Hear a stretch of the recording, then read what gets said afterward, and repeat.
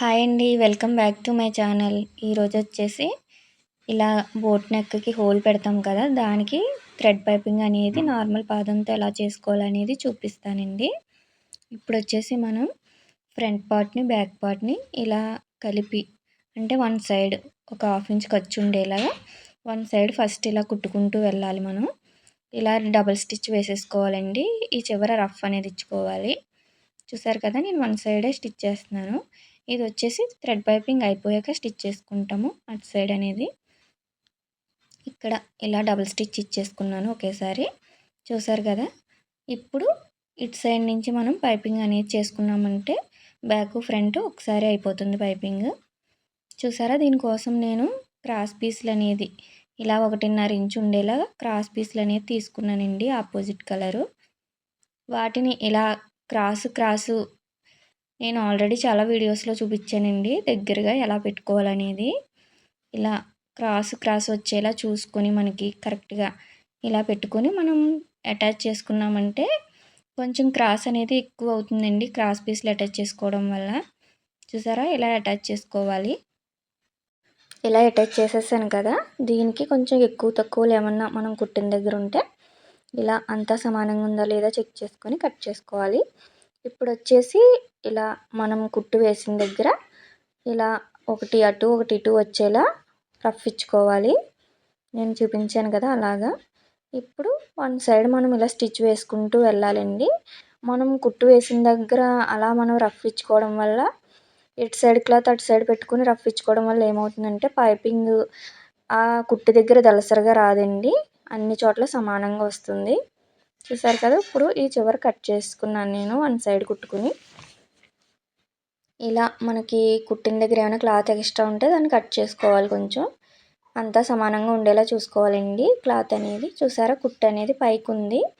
ఇప్పుడు దీన్ని ఇలా అటాచ్ చేసుకుంటూ వెళ్ళాలి నిదానంగా. ఒక పాదం ఖర్చే ఉండాలండి, అటు ఇటు అవ్వకూడదు అస్సలు. కరెక్ట్గా పాదం ఖర్చు పెట్టుకుంటూ వెళ్ళాలి. ఈ కార్నర్ దగ్గర మెయిన్ చూసారు కదా, ఇలాగా నీడిల్ అనేది కార్నర్లో దింపుకుని మళ్ళీ అటు సైడ్కి కూడా తిరుగుతుందా లేదా కరెక్ట్గా అని తిప్పిన తర్వాత మనం వీడియోలో చూపిస్తున్నట్టు నిదానంగా చూడండి. ఇలా మనం కార్నర్లో కరెక్ట్గా నీడిల్ కిందకి దింపుకొని మళ్ళీ అదే పావించు పాదం ఖర్చు వచ్చేలా కుట్టుకుంటూ వెళ్ళాలి.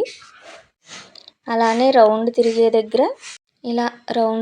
దగ్గర మనం మాత్రం చాలా నీట్గా నేను వీడియోలో చూపిస్తున్నట్టు క్లాత్ని అలానే పైన పైపింగ్ క్లాత్ని రెండింటిని కలిపి మన రౌండ్ అనేది మనం హ్యాండ్తో ఇలా తిప్పుకుంటూ వెళ్ళాలండి నేను చూపిస్తున్నట్టు.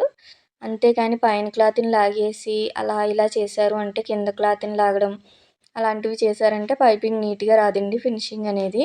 చూసారా, ఈ కార్నర్లో కరెక్ట్గా మళ్ళీ మనం ఇలా ఫోల్డ్ చేసుకున్నామంటే మనకి కార్నర్లో కరెక్ట్గా ఫోల్డింగ్ అనేది కరెక్ట్గా వస్తుంది. నేను చేశాను చూసారు కదా, అలా నిదానంగా చూడండి, వీడియోని స్కిప్ చేయకండి. ఇలా చూసారంటే మీకు అర్థమవుతుంది. కార్నర్లో కొంచెం ఫోల్డ్ చేసుకొని అప్పుడు మళ్ళీ నీడిల్ అనేది కిందకి దింపుకొని కార్నర్లో మళ్ళీ పాదం ఖర్చు సేమ్ అటు నుంచి కూడా మళ్ళీ అలానే కుట్టుకుంటూ వెళ్ళాలి మనం. అంత లెక్క కూడా పాదం ఖర్చు అనేది ఎక్కడ మార్చకూడదండి. సేమ్ క్లాత్ని పై క్లాత్ని కలిపి ఇలా కుట్టుకుంటూ వెళ్ళాలి, సాగదీయకూడదు మెయిన్గా. చూసారా, ఇలా రౌండ్ తిరిగే దగ్గర ఎక్కువగా కట్స్ అనేది ఇవ్వాలండి, అప్పుడే నీట్ ఫినిషింగ్ వస్తుంది. ఎందుకంటే మనం నార్మల్ పాదంతో వేస్తున్నాం కదా. చూసారా, ఈ కార్నర్ వచ్చేసి నేను వీడియోలో చూపిస్తున్నట్టు కట్ అనేది ఇలాగ ఇవ్వాలి. ఇక్కడ మన కార్నర్ తిరుగుతుంది కదా, అక్కడ చిన్న కట్ ఇచ్చుకొని దాన్ని ఇలా ట్రయాంగిల్ షేప్ వచ్చేలా కరెక్ట్గా కట్ చేసుకోవాలి. ఆ కార్నర్ అనేది మనకి సూదిగా కనిపించాలండి, అక్కడ ఒక కట్ ఇచ్చుకోవాలి. ఇలా రౌండ్ తిరిగే ప్రతి చోట మనం కట్స్ అనేది ఎక్కువగా ఇచ్చుకోవాలి, అప్పుడే మనకి రౌండ్ అనేది లేచినట్టు లేకుండా చాలా నీట్ ఫినిషింగ్తో తిరుగుతుంది. సింగిల్ పాదంతో వేసినట్టే ఉంటుందండి ఈ విధంగా వేసారంటే. ఒకసారి ట్రై చేసి చూడండి మీరు కూడా. చూసారు కదా, ఇలా వేసుకుంటూ వెళ్ళాలి కట్స్ అనేది మనం. ఈ కార్నర్ దగ్గర కూడా సేమ్ ఇందాకట్లాగానే ఇలా మనం పైన పైపింగ్ క్లాత్ అనేది ఎక్కువగా కట్ అవ్వకుండా చూసుకోవాలండి. మన కుట్టు అనేది కట్ అవ్వకూడదు, మనం వేసిన కుట్టు. అలా చూసుకుంటూ మనం కార్నర్ అనేది ఇలా ట్రయాంగిల్లా కట్ చేసుకోవాలి. ఇలా వేసుకున్నామంటే ఇక్కడ కార్నర్లో పైపింగ్ అనేది చాలా నీట్ ఫినిషింగ్తో వస్తుంది మనకి. చూసారా, ఇలా ఇవ్వాలి నేను చూపిస్తున్నట్టు.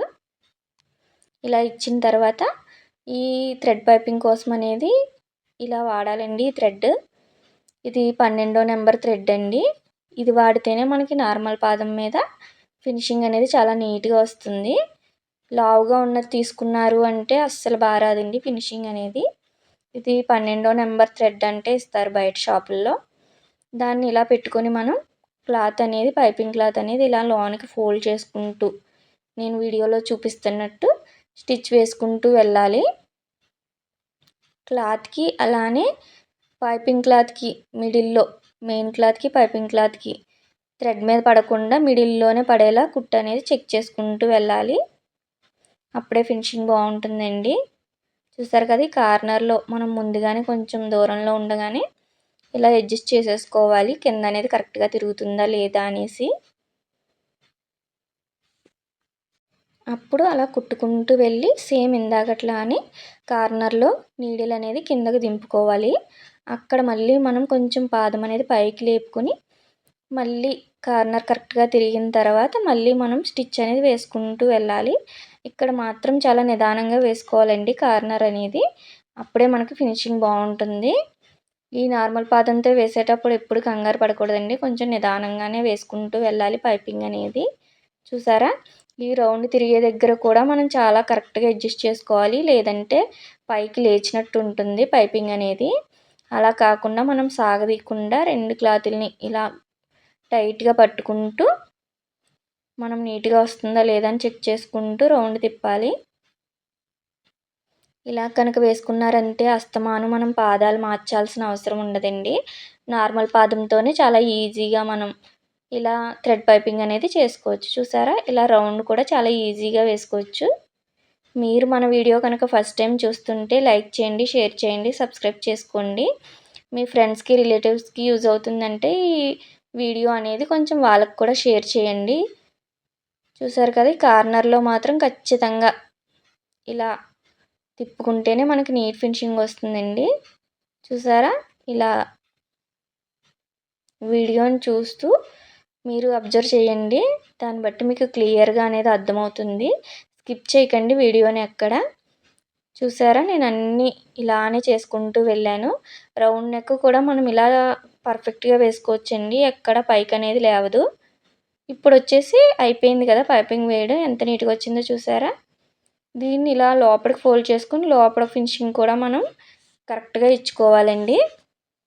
ఇప్పుడు ఇక్కడ కూడా మనం పాదం ఖర్చు వచ్చిందా లేదా అని, అలానే మనం పైపింగ్ వేసిన క్లాత్ అనేది దీంట్లో కరెక్ట్గా ఉందా లేదా అని చెక్ చేసుకుంటూ దాన్ని ఫోల్డ్ చేసుకుంటూ ఇలా పాదం ఖర్చు ఉండేలా ఖర్చు చూసుకుంటూ కుట్టుకుంటూ వెళ్ళాలి. అలా కుట్టుకుంటూ వెళ్ళామంటే లోపల కూడా చాలా నీట్ ఫినిషింగ్ వస్తుంది. సింగిల్ పాదంతో వేసినట్టే ఉంటుందండి లోపల కూడా ఫినిషింగ్ అనేది. ఆ రౌండ్ తిరిగే దగ్గర నేను చేతితో లాగుతున్నాను చూసారా, అలా లాగుతూ స్టిచ్ చేసామంటే అటు సైడ్కి లాగాలండి, స్ట్రైట్గా లాగకూడదు. ఈ కార్నర్కి వచ్చేసరికి ఇక్కడ మళ్ళీ ఫోల్డింగ్ చేశాను చూసారు కదా, నేను ఇలా ఫోల్డ్ చేసుకోవాలి. పైకి ఈసులు అనేది లేకుండా ఆ క్లాత్ ఈ క్లాత్ కరెక్ట్గా కలుస్తున్నాయా లేదా అని చూసి అక్కడ నీడిల్ దింపుకోవాలి. అక్కడి నుంచి మళ్ళీ మనం స్టిచ్ అనేది వేసుకుంటూ వెళ్ళాలి. చూసారు కదా ఎంత నీట్గా వచ్చిందో ఈ కార్నర్ అనేది. ఇలా వస్తుందండి. ఇలా వస్తే మనకు ఫినిషింగ్ చాలా నీట్గా వచ్చినట్టే. ఇప్పుడు రౌండ్ అనేది కూడా ఇలా నేను వేళ్ళతో ఎటు సైడ్ లాగుతున్నానో చూసారా, కుట్టు వేస్తూ ఇట్లా లాగుతున్నాను. అలా లాగారు అంటే మీకు రౌండ్ ఫినిషింగ్ బాగా వస్తుంది. మళ్ళీ కుట్టు వేస్తూ స్ట్రైట్గా లాగకూడదండి, పైకి లేచినట్టు ఉంటుంది. ఇలా రౌండ్ తిప్పుతూ లాగాలి. అప్పుడే రౌండ్ అనేది మనకి కరెక్ట్గా వస్తుంది. ఇప్పుడు మళ్ళీ కార్నర్లో ఎలా ఫోల్డ్ చేస్తున్నానో చూపిస్తున్నాను చూడండి. కొంచెం దగ్గరికి చూపిస్తాను. చూసారా, ఇది ఇటు సైడ్ క్లాత్, ఇది కింద సైడ్. ఆ రెండు ఇలా ఒకదాని మీదకి ఒకటి వచ్చేలా చూసుకొని మనకి మళ్ళీ అక్కడ ట్రయాంగిల్ షేప్ వచ్చిందా లేదా చూసుకొని ఆ కార్నర్లో మనం నీడిల్ అనేది తిప్పుకోవాలి కిందకి. ఇలా నీడిల్ అనేది కిందకి దింపి అప్పుడు పాదం ఎత్తుకొని మనం స్టిచ్ చేసుకున్నామంటే కరెక్ట్గా కార్నర్ పాయింట్లో మనకి కుట్టు అనేది చాలా నీట్గా వస్తుందండి. ఇలా కుట్టుకున్నామంటే మనకి చాలా ఈజీగా, చూసారా ఎంత ఈజీగా అయిపోయిందో. ఇలా బోట్ నెక్స్కి హోల్స్ పెట్టేటప్పుడు బ్లౌజెస్కి లాంగ్ ఫ్రాక్స్కి అన్నిటికి ఈ విధంగా మనం నార్మల్ పాదంతోనే థ్రెడ్ పైపింగ్ అనేది చాలా ఈజీగా చేసుకోవచ్చండి. వీళ్ళు వచ్చేసి దీనికి బటన్ పెట్టమన్నారు. దానికోసమని దీనికి మళ్ళీ మనం థ్రెడ్ అనేది రెడీ చేసుకుందాము. చూసారా ఫ్రంట్ కూడా ఎంత నీట్గా వచ్చిందో పైపింగ్ అనేది రౌండ్. ఇలా చాలా ఈజీగా నార్మల్ పాదంతో వేసుకోవచ్చండి. ఇప్పుడు ఈ 2 షోల్డర్స్ని కూడా మనం జాయింట్ చేసేసుకున్నామంటే మనకి జాయింట్ అనేది అయిపోతుంది. ఇలా జాయింట్ చేసుకోవాలండి. ఇలా మనం చాలా ఈజీగా నార్మల్ పాదంతోనే స్టిచ్ చేసుకోవచ్చు. సింగిల్ పాదాలు అస్తమానం మార్చాల్సిన అవసరం అనేది ఉండదండి. చాలా ఈజీగా నీట్ ఫినిషింగ్తో వస్తుంది. దీన్ని ఐరన్ చేసుకున్నామంటే ఇంకా నీట్ ఫినిషింగ్ ఉంటుంది. నేను దీనికి థ్రెడ్ అనేది పెట్టడం కోసం బ్యాక్ సైడ్ అంటే బటన్ కోసమని థ్రెడ్ రెడీ చేసుకున్నాను. అది కూడా నేను కొంచెం క్లాత్తో రెడీ చేసుకున్నానండి. ఎందుకంటే లోపల గుచ్చుకోవడం అనే ప్రాబ్లం ఉండదు. అలానే కొంచెం పోగులు వచ్చేసి కొన్ని రోజులకి పాడైపోవడం అనేది ఉండదండి. లోపల కొంచెం క్లాత్ పెట్టుకొని మనం థ్రెడ్ ఇలా వేసుకోవాలి. ఇలాంటి చిన్న చిన్న టిప్స్ పాటిస్తూ మనం స్టిచ్ చేసాము అంటే కస్టమర్స్కి కూడా నచ్చుతుందండి. ఎందుకంటే వాళ్ళకి గుచ్చుకోవడం, పోగులు రావడం అనే ప్రాబ్లం ఉండదు. ఇప్పుడు ఈ కార్నర్లో కరెక్ట్గా మనం ముందు వేసిన కుట్టు మీదే పడేలా చూసుకోవాలి. రఫ్ ఎక్కువగా ఇచ్చారంటే లుక్ పోతుందండి. రఫ్ ఇవ్వకూడదు. మనం వేసిన కుట్టు మీదే పడేలా చూసుకోవాలి. చూసారా ఎంత నీట్ ఫినిషింగ్ వచ్చిందో. బటన్ అనేది స్టిచ్ చేశాను నేను. పూర్తిగా లాంగ్ ఫ్రాక్ అనేది ఇలా ఉందండి బ్యాక్ సైడ్. మీకు ఈ వీడియో కనుక నచ్చితే లైక్ చేయండి, షేర్ చేయండి, సబ్స్క్రైబ్ చేసుకోండి. Thank you friends.